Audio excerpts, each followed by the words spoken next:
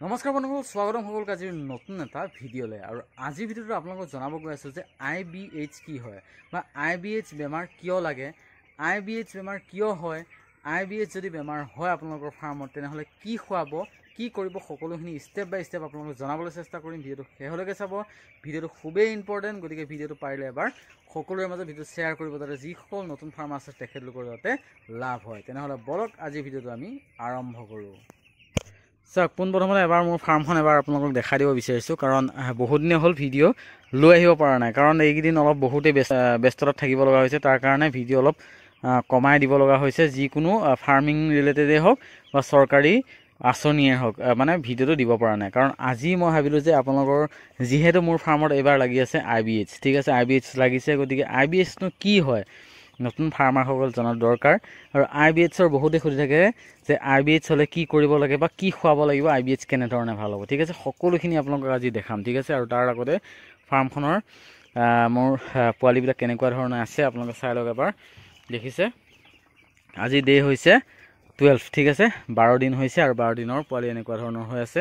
এইফালে আপোনালোকে চাব পাৰে। ঠিক আছে, আৰু এতিয়া বৰ্তমান দুখন মানে সেই কেছটোত আপোনাৰ তাৰ পৰা ইয়ালৈ দি দিলোঁ। দি দিয়াৰ পিছত এইফালে ইয়াৰ পৰা তালৈ দিছোঁ 50% এৰি দিছোঁ, আৰু এইফালেও এইখিনি 30% মান এৰি দিছোঁ, সিফাললৈ আছে। ঠিক আছে, অলপ পাতলাই দি দিছোঁ, কাৰণ যিহেতু মোৰ ফাৰ্মত লাগিছে IBH। ঠিক আছে, IBH লাগিলে আপোনালোকৰ কি হ'লে সিহঁতক যাতে এটা কাম কৰিব, যাতে ষ্ট্ৰেছ নাপায়। ঠিক আছে, ষ্ট্ৰেছ নাপায়, অলপ যাতে মুকলিকৈ ধুনীয়াকৈ যাতে চলা ফুৰা কৰি থাকিব পাৰে, ধুনীয়াকৈ যাতে থাকিব পাৰে, তাৰ কাৰণে এটা সুব্যৱস্থা কৰি দিব আপোনালোকে। 1 নম্বৰ। ঠিক আছে, আৰু 2 নম্বৰ হ'ল আপোনালোকৰ কি কৰিব, যাতে বাচনবিলাক লেতেৰা নহয়। ঠিক আছে, ইহঁতে যাতে প্ৰপাৰলি যাতে পানীটো খাই থাকিব পাৰে। ঠিক আছে, প্ৰপাৰলি যাতে পানীটো খাই থাকিব পাৰে। চাফা পানী কিন্তু বহুতেই দৰকাৰ, কিয়নো IBHৰ আপোনালোকে যোনে জানে তেখেতলোকে গম পায়, যোনে নাজানে তেখেতলোকে নাজানে। গতিকে মই ভালকৈ কৈছোঁ, আপোনালোকে IBH যদি লাগে তেনেহ'লে কিন্তু আপোনালোকে প্ৰপাৰ পানীটো যাতে ভালদৰে পৰিষ্কাৰ পৰিচ্ছন্নতাৰে পানীটো খুৱাব। ঠিক আছে, আৰু এতিয়া আহোঁ IBH কি হয়। ঠিক আছে, আপোনালোকে হয়তো জনাটো দৰকাৰ যে IBH হৈছে ইনক্লুজন বডি হেপাটাইটিছ। ঠিক আছে, ইনক্লুজন বডি হেপাটাইটিছ। আপোনালোকে যদি গুগলতো চাৰ্চ কৰে যে IBH কি হয়, ফুল ফৰ্ম যদি পল্ট্ৰিৰ কাৰণে চায় তেনেহ'লে গম পাব ইনক্লুজন বডি হেপাটাইটিছ। আৰু ইনক্লুজন বডি হেপাটাইটিছ কিয় হয়, ঠিক আছে, অৰ্থাৎ IBH কিয় লাগে। ঠিক আছে, বিভিন্ন ধৰণৰ কাৰণত লাগিব পাৰে, হয়তো কেতিয়াবা ছিজনৰ কাৰণে লাগে। যিহেতু এতিয়া ছিজন হৈছে আপোনাৰ আগষ্ট মাহৰ পৰা ছেপ্টেম্বৰ অক্টোবৰৰ ফাৰ্ষ্টলৈ কি হয় IBH থাকে। ঠিক আছে, এই ছিজনত IBHৰ বেমাৰটো বেছিকৈ স্প্ৰেড হয়। ঠিক আছে, গতিকে আপোনালোকৰ ফাৰ্মতো লাগিব পাৰে। গতিকে আপোনালোকে নালাগাৰ আগত বা লাগিলে আপোনালোকে কি কৰিব, মই ক'লোঁ এতিয়া IBH কিন্তু এটা ভাইৰাছজনিত বেমাৰ হয়। ঠিক আছে, এইটো ভাইৰাছৰ কাৰণে হয়, আৰু ভাইৰাছটো আপোনালোকে লগাৰ পিছত বা ভাইৰাছটো আপোনাৰ যেতিয়া ফাৰ্মত লাগিব বা আপোনালোকে কেনেধৰণে গম পাব। ঠিক আছে, আৰু চাওক তেতিয়া কি কৰিব, আপোনালোকৰ যেতিয়া IBH লাগিব অচানক কি হ'ব, অট'মেটিক মানে একো নোহোৱাকৈ কি হ'ব, চৰাইবিলাক শোৱাৰ ভাৰতে মৰি থাকিব। এনেকৈ শুই আছে নহয়, এই শোৱাৰ ছাইডতে কি হ'ব, চৰাইটো মৰি থাকিব।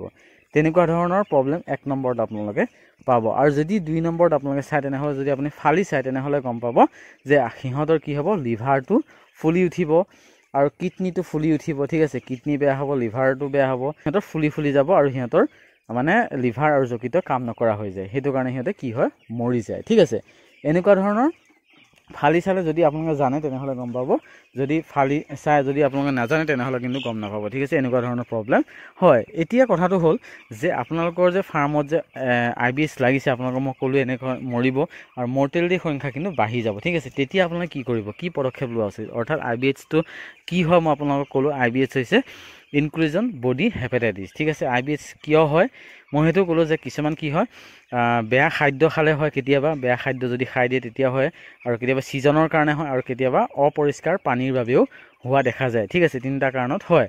আৰু এতিয়া যদি হৈ যায় আপোনাৰ IBH হ'ল, এতিয়া কি কৰিব, এতিয়া বহু প্ৰশ্ন উদয় হয়, কিন্তু কিছুমানে কয় যে চিষ্ট্ৰন লগালে ভাল হ'ব নেকি, কিছুমানে কয় অমুকটো এণ্টিবায়'টিক লগালে ভাল হ'ব নেকি।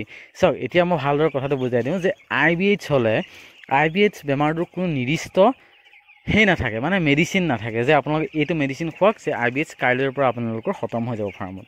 তেনেকুৱা ধৰণৰ আজিলৈ মেডিচিনেই ওলোৱা নাই। ঠিক আছে, যে IBHৰ যদি আপোনালোকে চায় তেনে IBHৰ মেডিচিন নাই, 1 নম্বৰ কথা। ঠিক আছে, IBH আপোনালোকে লাগিলে চৰাই মৰিবই, আপোনাৰ যিখিনি নেকি ইনফেকশ্যন হৈ আছে সিহঁতৰ যাতে সিহঁতৰ পৰা বেলেগত যাতে ইনফেকশ্যন নহয় তাৰ বাবেহে আপোনালোকে লক্ষ্য ৰাখক ঠিক আছে মই ভালদৰে আপোনালোকক বুজাই দিছোঁ যদি আপোনাৰ ফাৰ্মত ধৰি লওক 100 পোৱালি আছে 120টা তাত অলৰেডি লাগি গ'ল ঠিক আছে অলৰেডি লাগি গ'ল 20টা গাত যদি লাগিল সেই ভাইৰাছটো সোমাই গ'ল সেই ভাইৰাছৰ পৰা যাতে বাঢ়ি নাযায় তাৰ বাবেহে আপোনালোকে পদক্ষেপ ল'ব লাগিব ঠিক আছে মেডিচিন যে খুৱায় মেডিচিন খোৱাৰ অৰ্থটো হ'ল সেইটোৱে যাতে ভাইৰেল নহয় বস্তুটো যাতে সীমিত থাকে কণ্ট্ৰলত থাকে সেইটোৰ কাৰণেহে কিন্তু কি হয় মেডিচিন লগোৱা যায় ঠিক আছে এতিয়া আহোঁ যে সিহঁতক কি খুৱাব ঠিক আছে এতিয়া শুনক মই ভালদৰে কওঁ যে আপোনাক মই ক'লোৱে যে IBHৰ কোনো মেডিচিন আজিলৈ ওলোৱাই নাই ঠিক আছে আপোনালোকে তাৰ কাৰণে সিহঁতক খুৱাব পাৰে ভিটামিন A ভিটামিন খুৱাব পাৰে E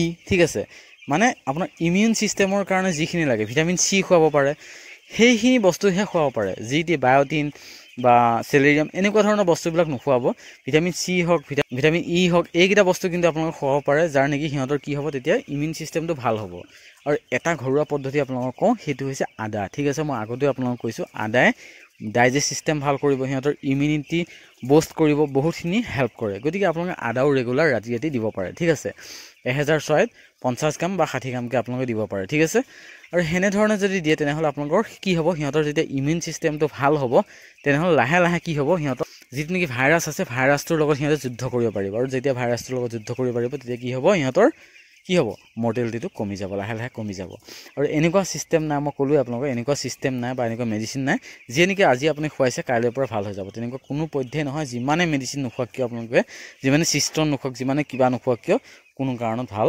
নহয় আৰু ই আপোনাৰ 20ৰ পৰা 26 দিন পৰ্যন্ত কি হয় কেতিয়াবা থাকি যায় ঠিক আছে 20ৰ পৰা 26 দিন পৰ্যন্ত থাকি যায় আৰু ই কিন্তু মানে আপোনাৰ ষ্টাৰ্ট হয় আপোনাৰ 5-6 দিনৰ পৰা ষ্টাৰ্ট হয় আপ টু আপোনাৰ 26 দিন মানলৈ ষ্টাৰ্ট হৈ থাকে 26 দিন মানলৈ কমি যাবগৈ 20 দিনৰ পিছৰ পৰা কি হয় যদি আপুনি এতিয়া 10টাকৈ মৰিছে তেতিয়া হয়তো 3টা 4টা এনেকৈ মৰা ষ্টাৰ্ট হ'ব ঠিক আছে আৰু এতিয়া কিন্তু খুব স্পেল হয় যেতিয়া আপোনাৰ সৰু হৈ থাকে সিহঁতে পোৱালিতে থাকে এতিয়া ধৰি লওক এদিনত যদি 10টা মৰিছে কাইলৈ হয়তো বাঢ়ি যাব 12টা হ'ব কাইলৈ হয়তো 14টা হ'ব কাইলৈ হয়তো 18টা হ'ব এনেকৈ বাঢ়ি ষ্টেপ বাই ষ্টেপ গৈ থাকে আৰু কোনো ধৰণৰ মেডিচিন নাই গতিকে আপোনালোকে যিমান পাৰে সিহঁতক জাগাটো দি দিয়ক সিহঁতে যাতে ষ্ট্ৰেছ ফিল নাপায় সিহঁতে যে ঘামি নাযায় সিহঁতে ধুনীয়াকৈ যাতে সিহঁতে থাকিব পাৰে ধুনীয়াকৈ যাতে খাদ্যটো প্ৰপাৰলি খাব পাৰে আৰু কোনো কাৰণত আপোনালোকে কিন্তু ভিটামিন ইউজ নকৰিব ভিটামিন মানে মই ক'লোঁ আপোনালোকে ভিটামিন ইটো ইউজ কৰিব পাৰে ভিটামিন চি ইউজ কৰিব পাৰে কিন্তু আপোনালোকে যি টি ভিটামিন ইউজ নকৰিব এইকেইদিনত যদি ইউজ কৰি দিয়ে তেনেহ'লে কিন্তু আপোনালোকৰ মৰ্টেলিটি